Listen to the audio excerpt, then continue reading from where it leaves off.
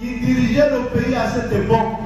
Et Denis Sesanga était même le président de la commission PAJ de l'Assemblée nationale. Lorsqu'ils ont révisé la Constitution, premièrement, en autorisant au président de la République de révoquer le gouverneur de province, ça signifie portant ainsi atteinte aux compétences exclusives de l'Assemblée provinciale. Ça, c'est l'article 220 qui a été touché.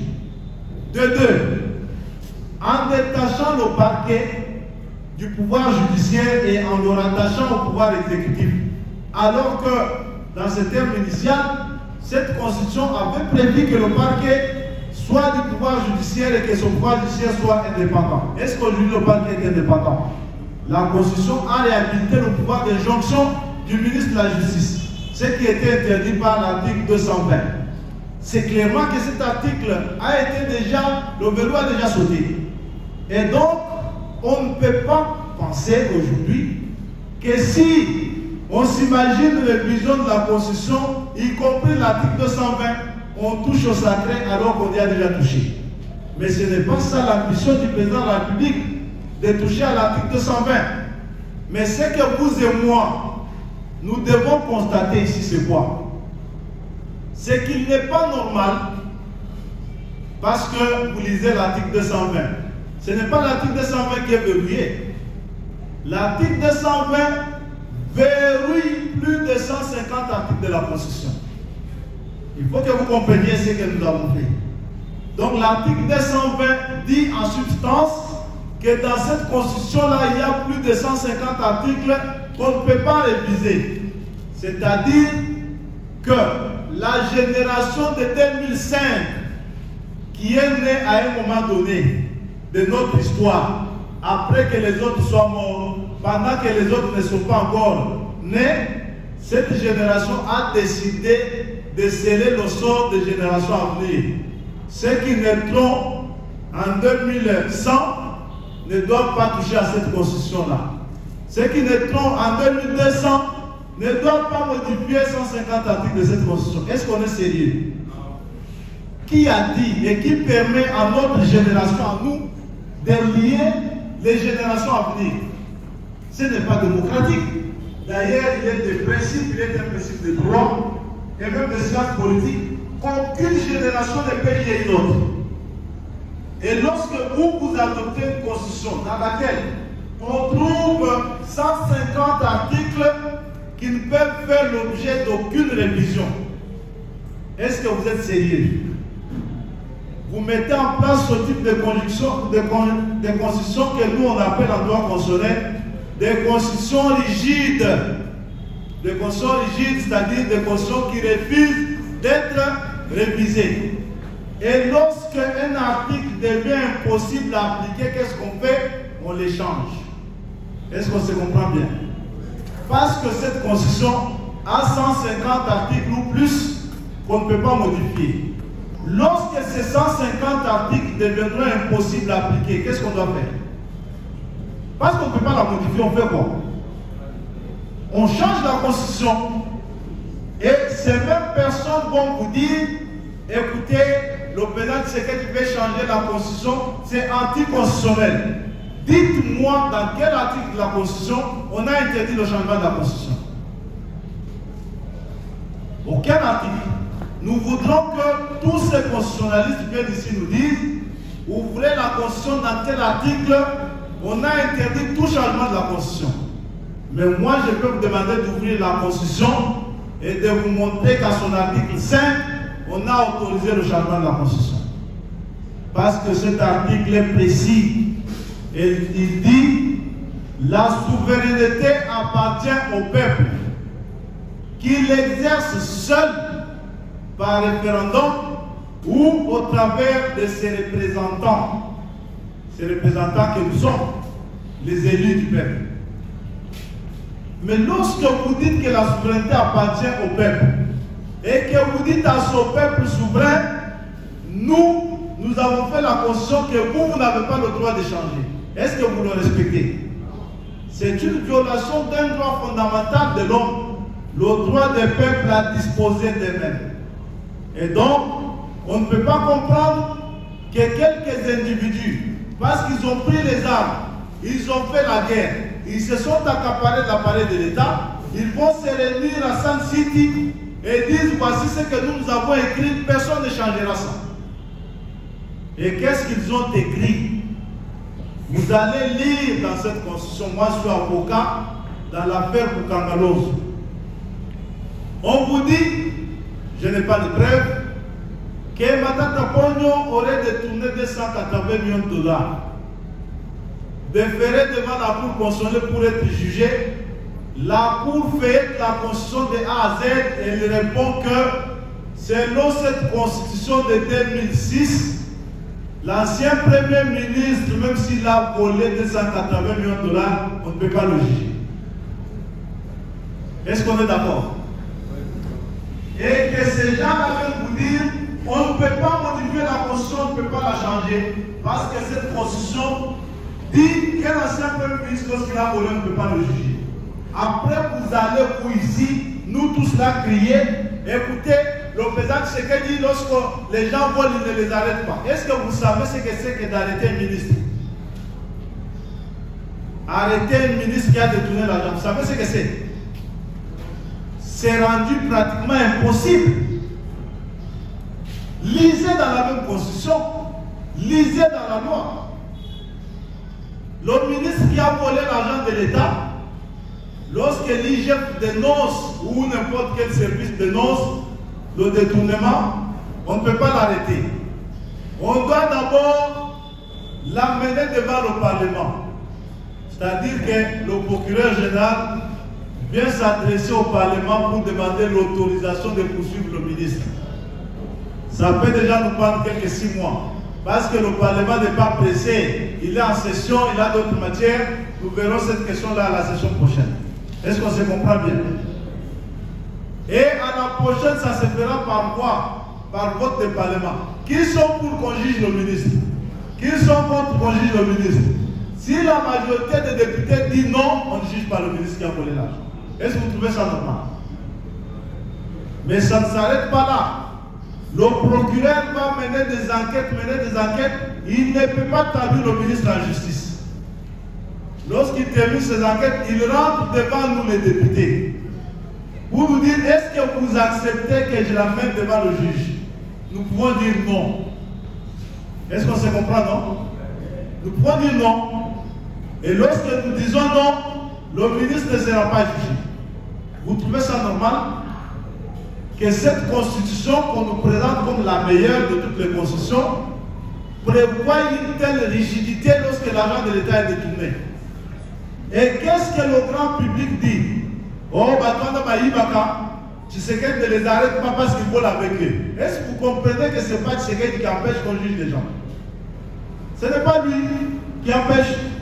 Mais là, on vous dit encore que le procureur qui instruit là, il a le droit d'apprécier de l'opportunité de poursuivre. Donc lui-même peut dans son petit bureau dire, bon, il a volé mes jeunesses. On fait comment? Donc toutes ces choses-là, c'est des choses que vous allez constater qui consacrent l'actuel système institutionnel dans lequel aujourd'hui, vous savez ce que ça coûte que d'être sénateur. Est-ce que vous l'ignorez? Est-ce que vous l'ignorez? Être sénateur, vous savez ce que ça coûte. Est-ce que vous pouvez nous convaincre que les gens qui siègent au Sénat, c'est des gens que vous, le peuple, avez accepté qui siègent au Sénat? Est-ce que vous pouvez nous dire qu'ils ont siégé au Sénat parce qu'ils ont présenté un projet cohérent? Nous savons comment ça se fait. Maintenant, lorsque vous proposez des solutions, on change le système électoral des sénateurs et des gouverneurs. Comment ça se fait? Hier, je suis allé à la permanence de l'IDPS. Ils sont venus me donner un mémo. Non, ça c'est quelle démocratie? L'IDPS a la majorité à l'Assemblée provinciale, mais comment on ne doit pas avoir le gouverneur de l'IDPS? C'est quelle démocratie? C'est ça la démocratie qui est dans notre constitution. Maintenant, c'est là les gens qui ont négocié cette constitution, Kalachnikov et machette à main, On dit que vous ne pouvez pas modifier ça. Est-ce que vous êtes d'accord? Parce que c'est le pouvoir de province et des entités territoriales décentralisées, c'est l'article 220. Donc le sénateur, lui, sera toujours élu par les députés provinciaux et le gouverneur sera toujours élu par les députés provinciaux. Vous qui dites non, il faut que le gouverneur soit élu par le peuple, mais vous ne pouvez pas le faire. Parce que les belligérants de Sun City, ceux qui avaient fait la guerre, ont dit que vous ne pouvez pas modifier ça. Est-ce que vous trouvez ça normal? Maintenant, lorsque vous voudrez connaître des gouverneurs démocratiquement élus, qu'est-ce qu'on fait? Pendant qu'il y a un article qui refuse la révision, on fait quoi? On change la constitution. Parce que ce n'est pas interdit. Lorsque vous voudrez que les sénateurs aient plus de légitimité et qu'ils ne soient pas élus au prix de ce bargaining par les députés provinciaux, la Constitution vous dit qu'on ne peut pas modifier ça. Qu'est-ce qu'on fera? Si vous voulez que ça change, que le pays soit gouverné cohéremment, qu'est-ce qu'on va faire? On change la Constitution. Mais ces gens qui vous disent que le changement de la Constitution, c'est une violation de la Constitution, ils ont étudié où? Nous voudrions savoir. Donc, c'est ces personnes qui tentent de faire du chantage au président de la République. Parce qu'il y en a qui posent la question, non, Tshisekedi a dit qu'il va nommer une commission qui nous montre dans la Constitution. Où est-ce qu'il a dit que le président peut nommer une commission pour réfléchir sur la Constitution? Mais écoutez, lorsque vous lisez dans cette Constitution, vous dit le président de la République est chef de l'État. Ce n'est pas une tautologie. Est-ce qu'on se comprend bien? C'est pour moi une joie ce soir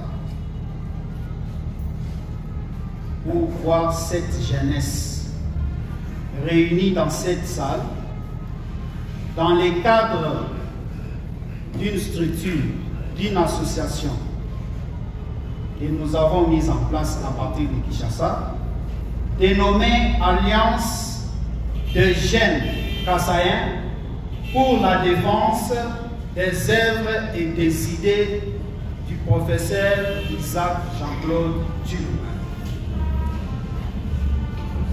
Pourquoi cette structure? Pourquoi cette association? Tout est parti de ce que nous vivons dans notre République. Souvent, nous les jeunes Kassaïens, nous avons un désintéressement en ce qui concerne les activités de nos leaders politiques. Contrairement aux jeunes d'autres provinces qui soutiennent leurs leaders politiques, nous les jeunes Kassaïens, on est un peu distraits sur ces points.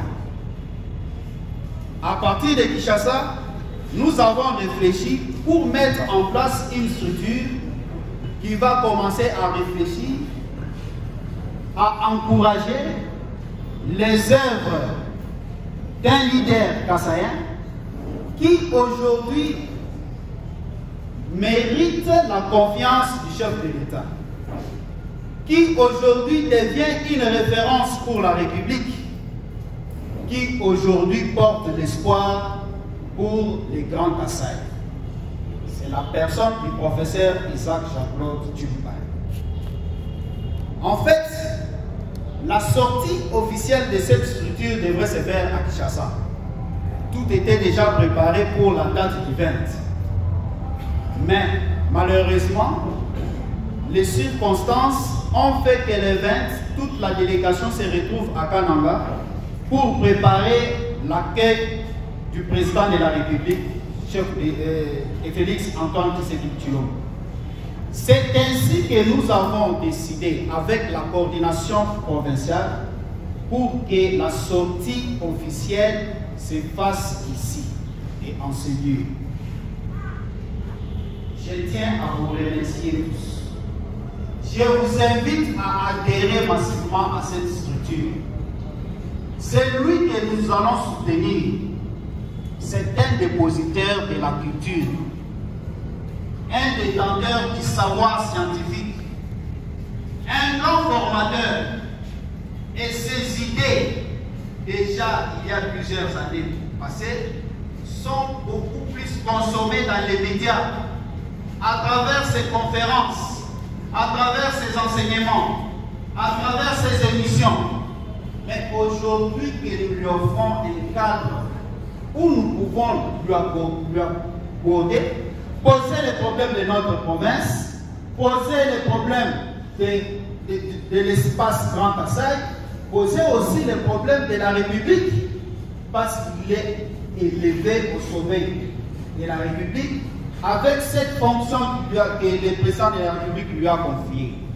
Je pense que nous avons tout intérêt, à travers cette structure, à travers ces beaux cadres, pour réfléchir afin de booster le développement de l'espace Grand Kassai et particulièrement le développement de la province du Kassai central, dont le professeur est ressortissant.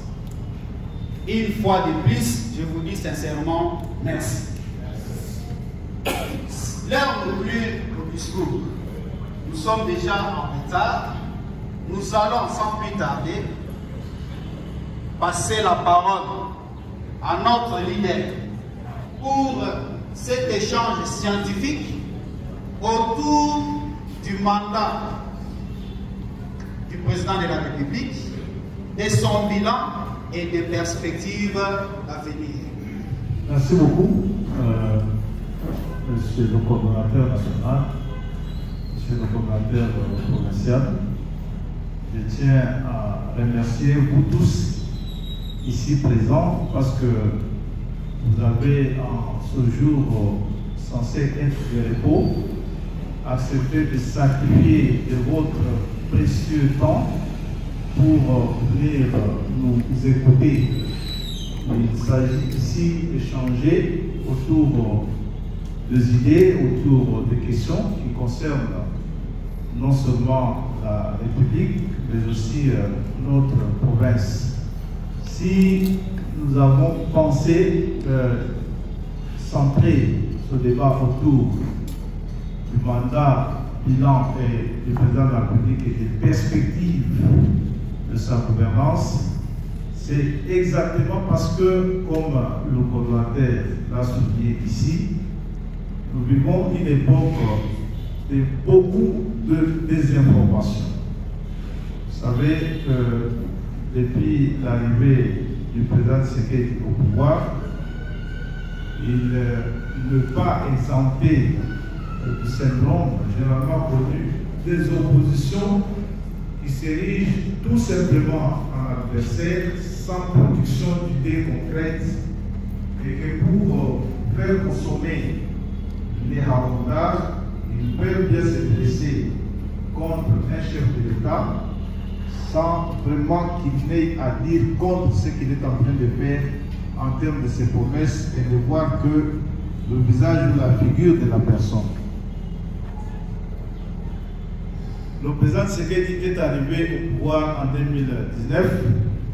Comme vous le savez, c'est à l'issue d'une élection, tenue une élection générale, parce qu'elle ne s'était pas tenue depuis 2 ans alors que le mandat de l'ancien président avait pris fin.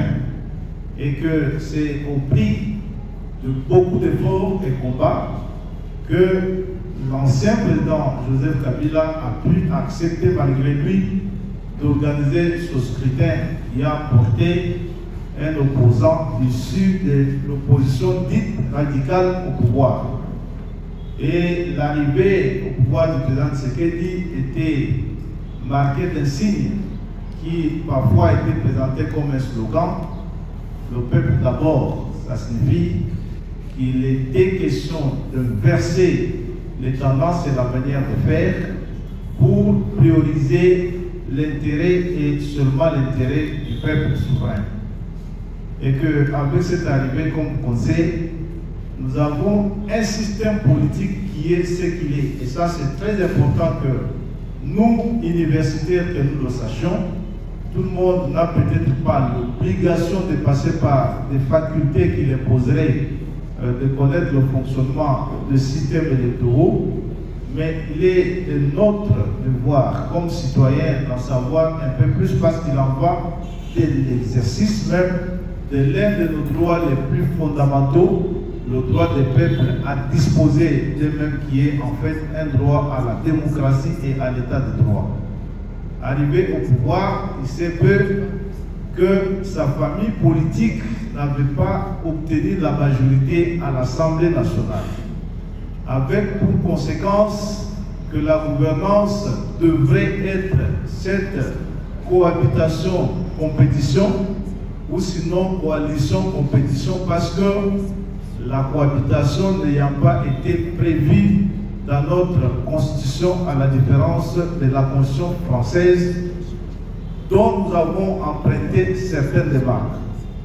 Et que parce qu'il était obligé d'avoir la même politique de la nation, ainsi que le définit l'article 91 de notre constitution, il a été en même temps obligé de se retrouver dans cette coalition dans son mariage contre nature avec deux personnes qui n'avaient pour obsession que de braquer la République et de s'en accaparer de manière tout à fait voilée.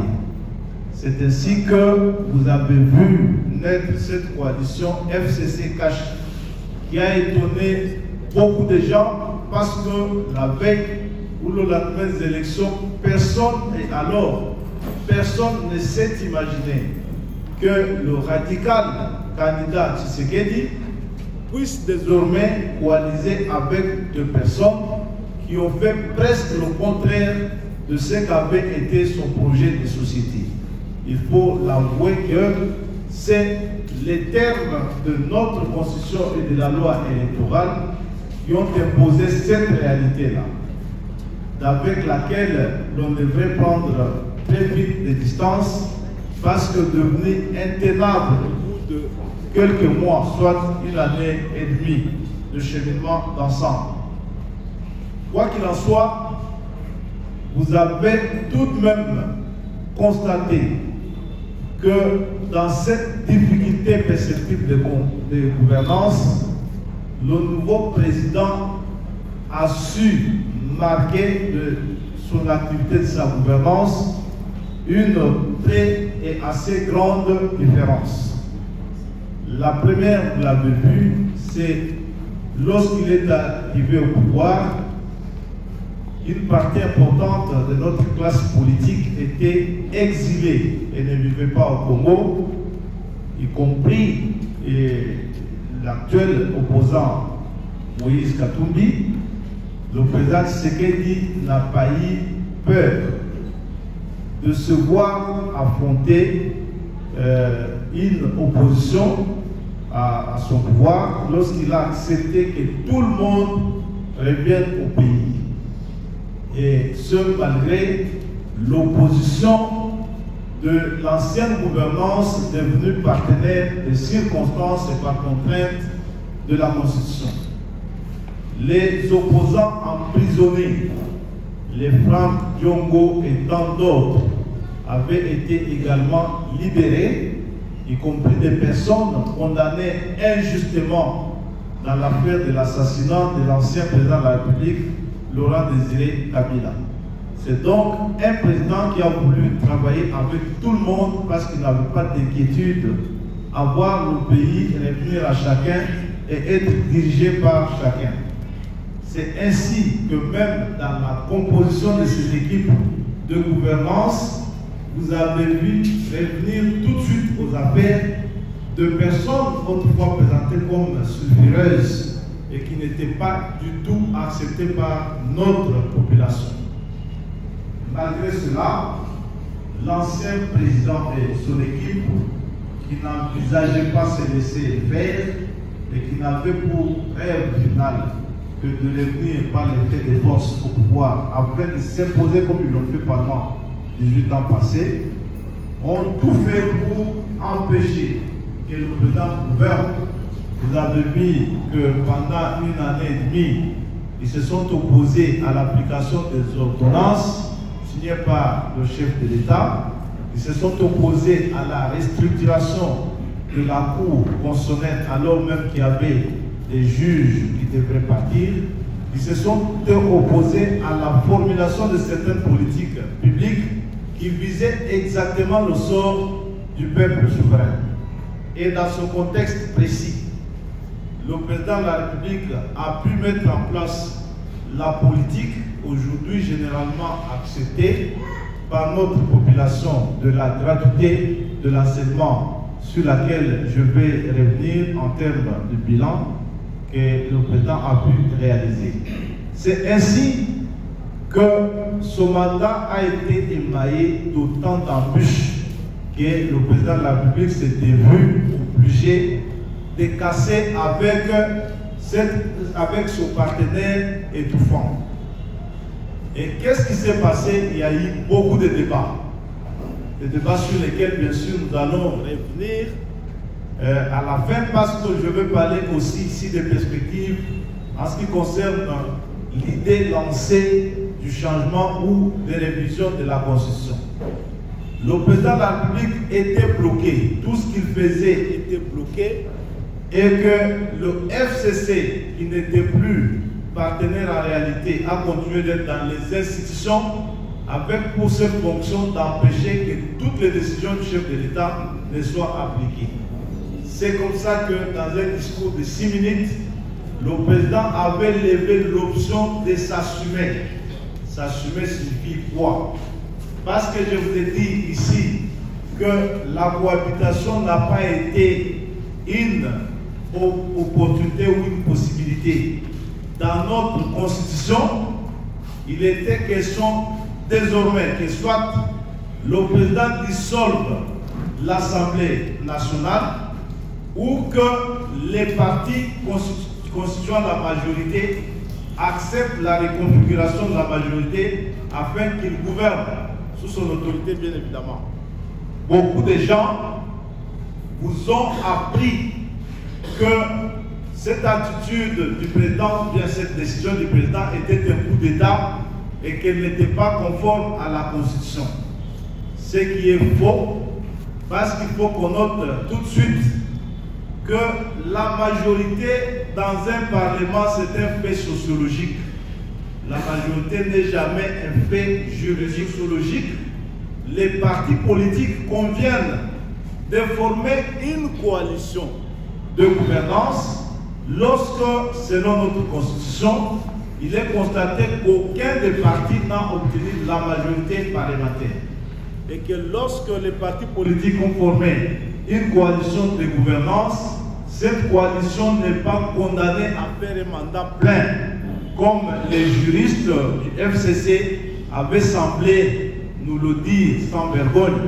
Et donc, en cours de mandat, les partis peuvent bien choisir, s'ils estiment que le programme du gouvernement convenu n'est plus exécuté comme ils l'ont pensé, ils peuvent choisir de se retirer d'une majorité et d'en configurer une autre.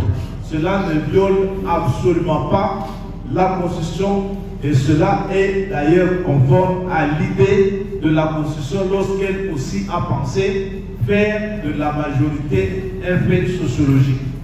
C'est dans ce cadre précisément que certains partis politiques ont pu se détacher de leur appartenance, elle aussi sociologique, le FCC, parce qu'ils n'avaient pas d'existence juridique et ils ont rejoint le chef de l'État, se conformant ainsi à l'article 91 de la Constitution afin de pouvoir gouverner. Ce qui fut fait et à la suite de quoi l'Union sacrée a été créée.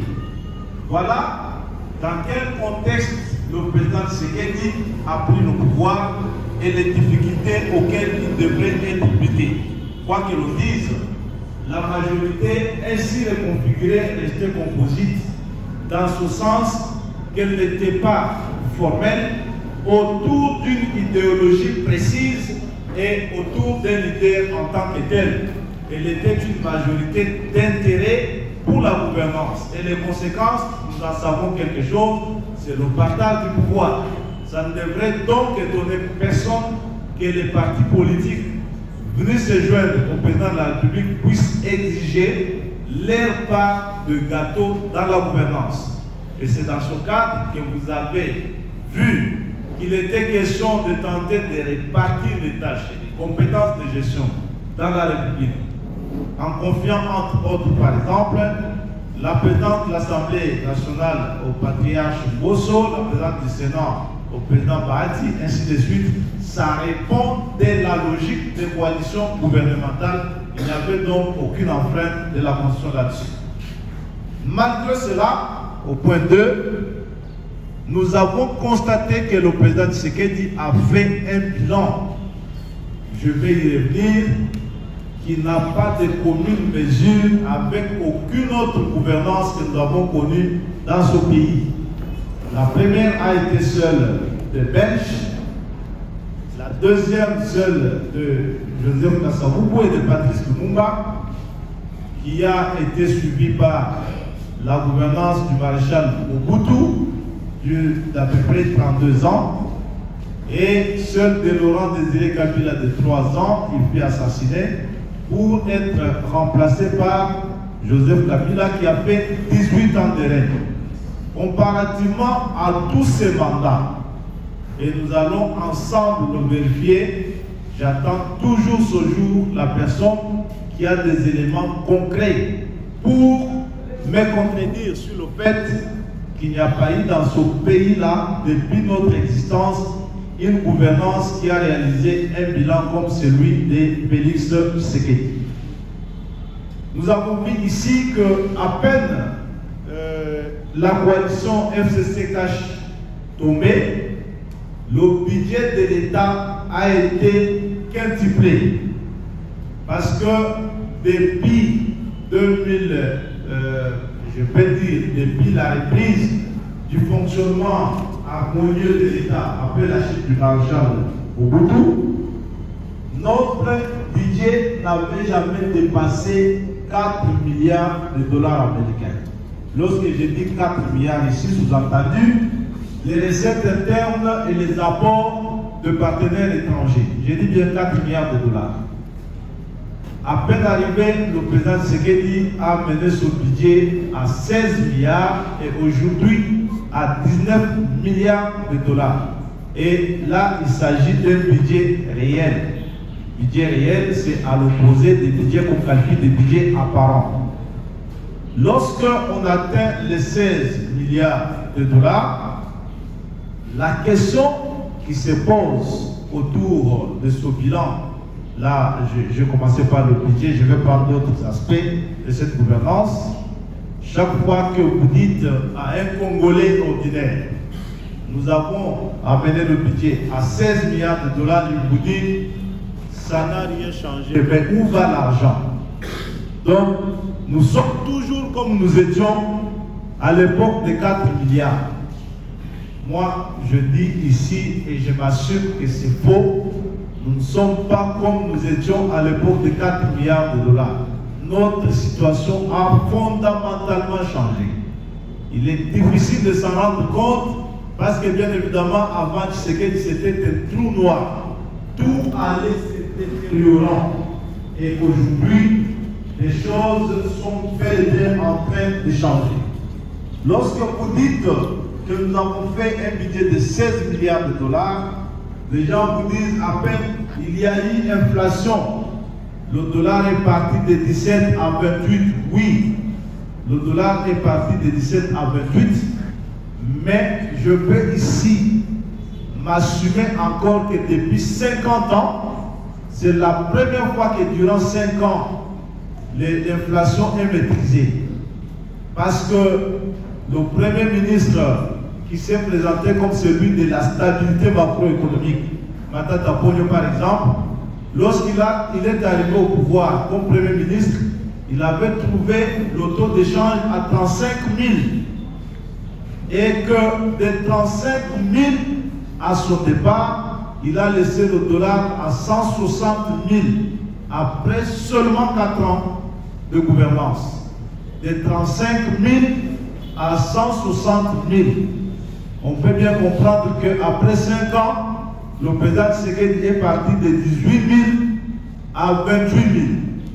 Donc la marge reste bien de loin inférieure à ce que Matata Pogno avait réalisé. Mais il faut dire ici que l'inflation qui se vit avec le président Tshisekedi, elle est différente des inflations que les autres ont imposées à la nation. Ici, c'est une inflation dictée par la conjoncture internationale. Pour ceux qui voyagent, ils peuvent constater que cette inflation frappe de plein pied même les États-Unis d'Amérique, où aujourd'hui, lorsque vous êtes à New York, pour vous taper un repas dans un restaurant, ce n'est pas moins de $80 que vous devez dépenser. Et prendre un taxi à New York, ça vous coûte absolument plus de $60 américains. Donc tout ça, c'est l'effet de l'inflation.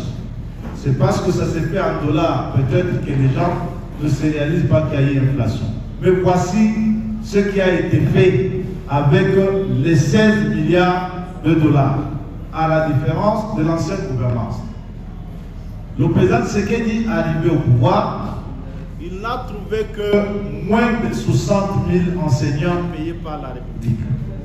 Je parle bien des enseignants primaires, secondaires confondus.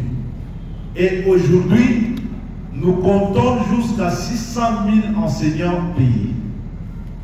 Et vous réaliserez, et ça vous savez le voir parce que vous vivez avec cette réalité, que dans nos quartiers, dans nos villages, il est de ces personnes qui ont totalisé 25 ans, on les appelait nouvelle unité. Je crois que vous en savez quelque chose.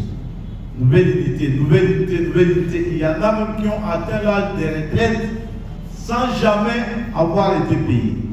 Ça, c'est Tshisekedi qui l'a fait, et c'est ce qu'aucun autre chef d'État n'a fait dans ce pays. C'est une évidence. Et dites-vous que lorsque vous payez 500 000, 300 000, même 200 000 enseignants impayés jusqu'ici, on va vous dire, mais qu'est-ce qu'il a ajouté?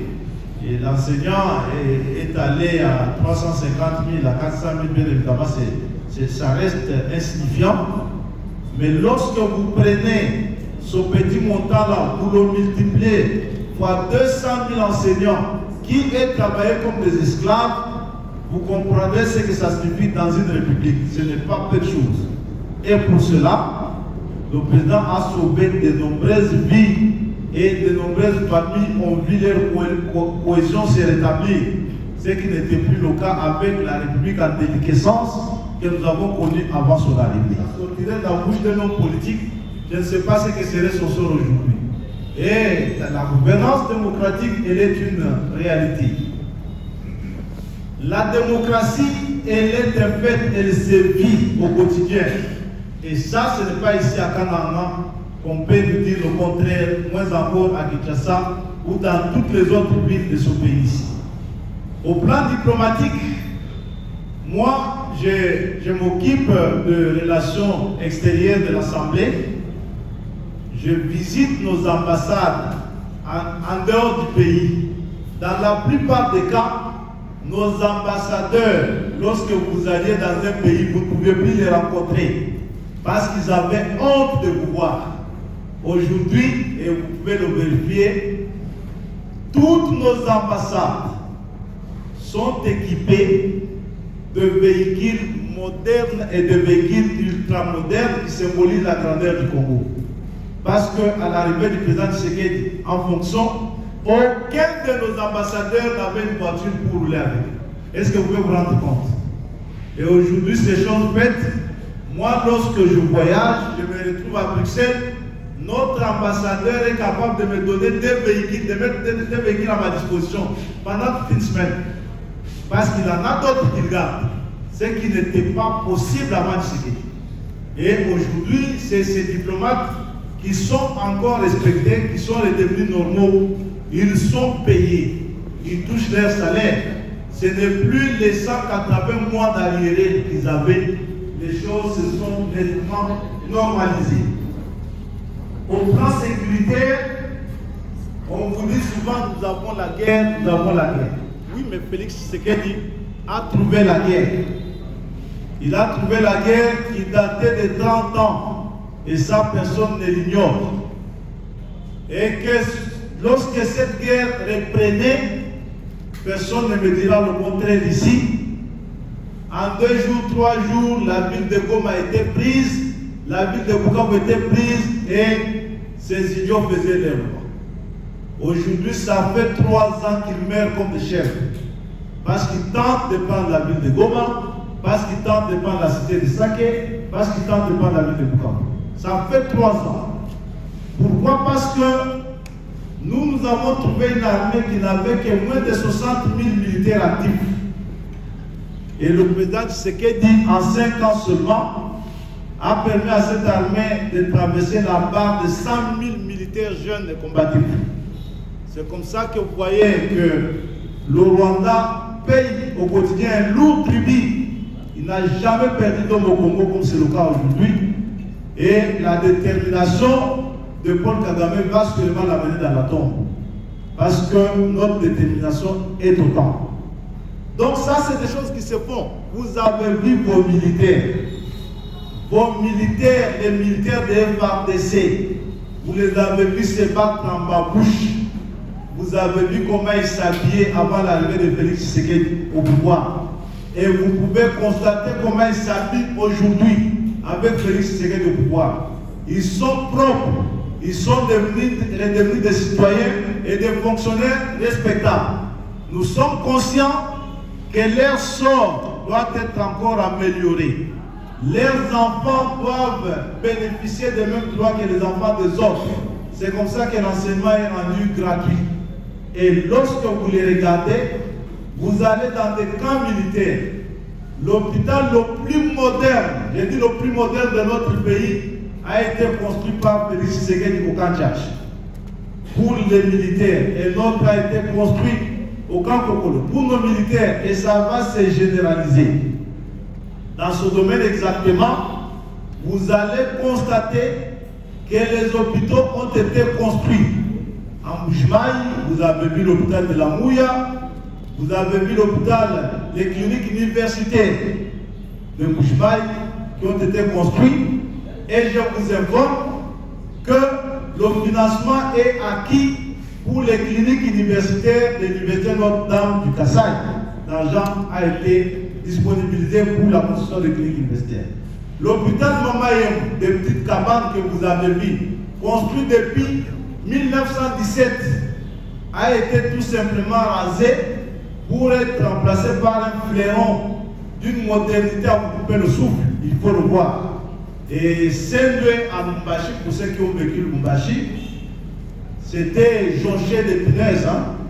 Aujourd'hui, c'est un hôpital moderne, je dis bien ultra-moderne, construit par Félix Tshisekedi. Ça ne s'arrête pas là. C'est des aéroports qui sont construits à Bounia, à Kisangani, à Kolwezi, à Mbujimayi et ici, à Kanama, où l'aéroport est en cours de construction. Il y a quelques petits soucis qui étaient là, ont été élagués et l'aéroport sera construit. Ou encore à Kinshasa, où les travaux seront lancés en janvier ici pour un aéroport moderne aux dimensions du Congo. Ça, c'est des évidences que nous sommes en train de vivre grâce à Félix Tshisekedi. Et c'est des choses que vous pouvez regarder de vos yeux sans que personne ne vous les raconte. Avec tout cela et tout ce que je ne peux pas compter parce que nous faisons la thèse, je ne vois personne, et je le dis à Kinshasa, j'ai lancé ce défi, ça fait plusieurs mois, qu'on me dise quel est son président comparable à Tshisekedi, qui a fait comme lui pour le Congo, et qui ambitionne de faire comme lui pour le Congo. Ça, c'est des évidences. En termes de perspective, le président a battu campagne autour de 6 engagements avec la République. Ces 6 engagements concernent, entre autres, et de manière non exhaustive, l'amélioration du panier de la ménagère, c'est-à-dire l'amélioration des conditions de foyer. Ces 6 engagements concernent, entre autres, l'accès aux services de base, aux services notamment administratifs, la santé et autres. Vous avez compris pour là que la maternité a été rendue gratuite et c'est progressif. C'est la première phase de l'ambition gigantesque que le président Tshisekedi a de rendre l'accès à la santé tout simplement gratuit. Et ça, ce n'est pas pour longtemps. Le Congolais devra tomber malade et se faire soigner dans l'hôpital de son choix. Mais je peux vous dire que le pas réalisée est déjà très énorme. Sans commencer par la maternité, les mamans peuvent aujourd'hui accoucher gratuitement parce que Félix Tshisekedi estime que la maternité n'est pas une charge pour une maman. C'est un service public et la maman qui va à la maternité ne peut pas payer alors qu'elle va travailler pour la République. C'est comme ça qu'elle sera gratuite. Dans cette part de la gratuité de l'enseignement, moi, je suis témoin vivant devant vous. Je suis professeur d'université. La santé pour moi, comme professeur d'université, pour mon épouse et mes enfants, c'est gratuit dans ce pays. Et ça, on ne vous dit pas. Depuis l'arrivée de Tshisekedi au pouvoir, moi, comme professeur d'université, lorsque je tombe malade, je vais aller dans n'importe quel hôpital de ce pays, même le plus cher possible. On va me soigner gratuitement, on va me donner les produits gratuitement et la République paye. Est-ce que quelqu'un peut contredire ça? C'est une évidence. Ça, nous ne l'avons jamais vécu dans ce pays. Ça ne se limite pas à moi, mon épouse, mes enfants, même s'ils en avaient 10, tu sais qu'elle prend en charge. Et ça ne va pas s'arrêter. Et là, c'est des choses, je dis bien des évidences. L'accès aux services de base, c'est l'amélioration. La décision de construire et de reconstruire notre administration, de construire les bâtiments administratifs pour les secteurs, pour les territoires. Et désormais, comme je vous ai dit, de doter les administrateurs territoires de véhicules pour qu'ils roulent comme des hauts fonctionnaires et des serviteurs respectables de l'État, afin de permettre aux citoyens congolais, où qu'ils se trouvent, de pouvoir facilement avoir son attestation de naissance, son attestation de bonne vie et mœurs, c'est tout ce qu'ils souhaitent, pour que personne ne soit plus enclin à se rendre à Kinshasa parce qu'il doit avoir un passeport.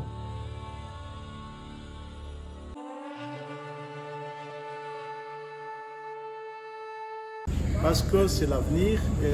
D'abord, à l'ère grossant les conditions d'avènement au pouvoir de Tshisekedi, à l'ère étalant son extraordinaire bilan, y compris ici chez nous, dans le Kasaï, qui malheureusement est ignoré parce que souvent envenimé par des communications de haine, des communications de gens qui ne veulent pas dire la vérité de ce qui se passe dans le pays. À cette occasion, nous avons donc discuté avec la jeunesse, avec l'élite, sans